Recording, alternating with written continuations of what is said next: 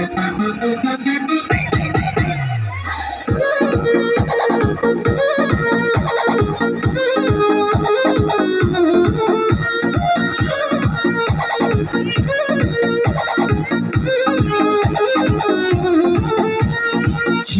जवानी के उड़े दहो, मनवा से मनवा के जुड़े दहो। छीटा जवानी के उड़े दहो, मनवा से मनवा के जुड़े दहो। आज सुते कचरिया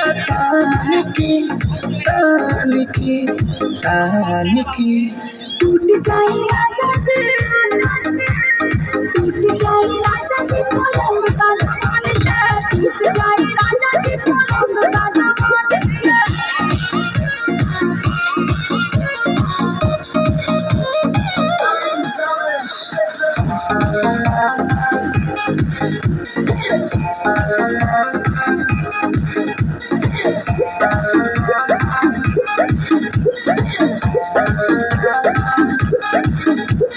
छुए द बदन की देखो न पटन की, चादर बिछा देहनी।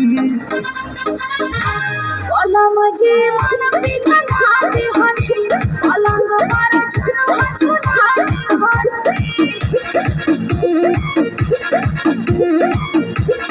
छुए द बदन की देखो न पटन की, चादर बिछा देहनी। पलंग जी मन बिछा देहनी, पलंग पर झुलवा झुला देहनी। यार बात बेबी अब फान के टूट जाए राजा जी, टूट जाए राजा जी पलंग सागवान के, टूट जाए राजा जी पलंग सागवान के।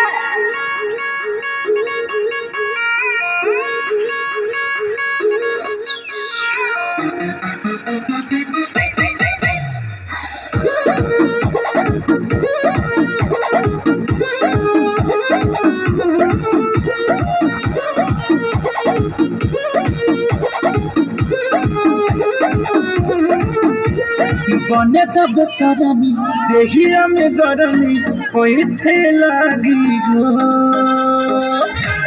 अमरिया आई लागी हो, नस नस बैठे लागी हो।